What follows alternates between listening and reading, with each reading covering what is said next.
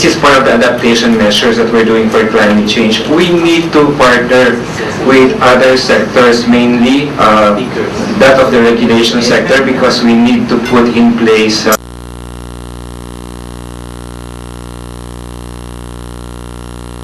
sure that hospitals are established or erected in places where, or in areas where it's safe. There's not going to be flooding or similar events. Sectors like the public works, to make sure that we have a hospital there in a safe location. But the road should likewise be in case an emergency, an event happens, then there are roads that would lead to the hospital. We also need to partner with other professionals, like in the elaboration of the indicators, or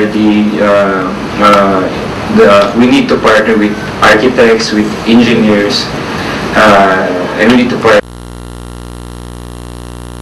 with the sector as well. Maybe just a quick comment about the role of women, because women in some studies are vulnerable populations also for climate change, and one of you actually did mention issues like confidentiality, of conflict. So maybe together with the hospital, safe hospital concept would be to make sure, I know it's being done already, that women can be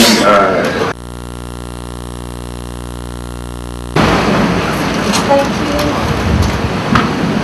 Can I just take the last questions? The question has to be very brief. We don't have much time anymore. I'm sorry for that. 15 minutes. Do you agree? Can we finish it 12:15 instead of 12? Is that okay with everyone? So that we can take more questions.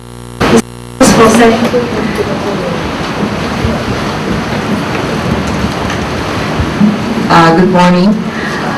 There were mention of hospital structures and facilities. So I'm just wondering how responsive this hospital, gender responsive these facilities and structures are.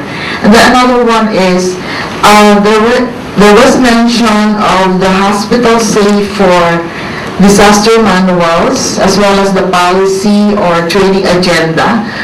So again, I'm just wondering if integrated in all these manuals or guidelines or policies. Thank you. My question is related to the situation of the Philippines, particularly in Mindanao.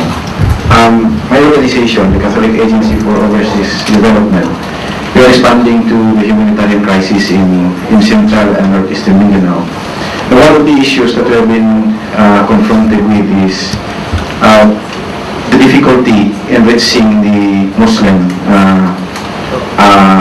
people, especially those who are affected by the conflict.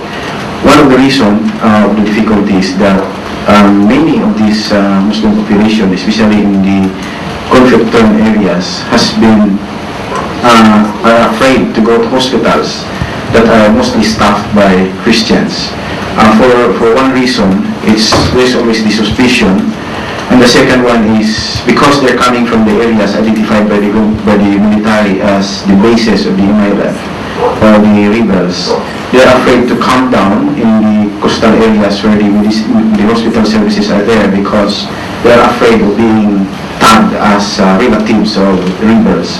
Now, I would like to ask question is, in the trainings like the HOPE and the one that being done by the DOH, how is this factors related to conflict has been considered? Because as the presentation has been, I listened to the presentation, it's more on natural disaster. But when looking at the disaster risk reduction in the case of Mindanao, particularly in the central and northeastern part of Mindanao and the western part of Mindanao, conflict has been one of the hazards that has been facing there. And recently, 2 months, a month ago, in the case of Mindanao, both conflict and flooding occur at the same time. So I was wondering how's the government responding to this, and how is these factors being considered, conflict particularly, and secondly, how is cultural sensitivities has been taken into consideration in the trainings and in the policies of in the consideration of making hospitals safe.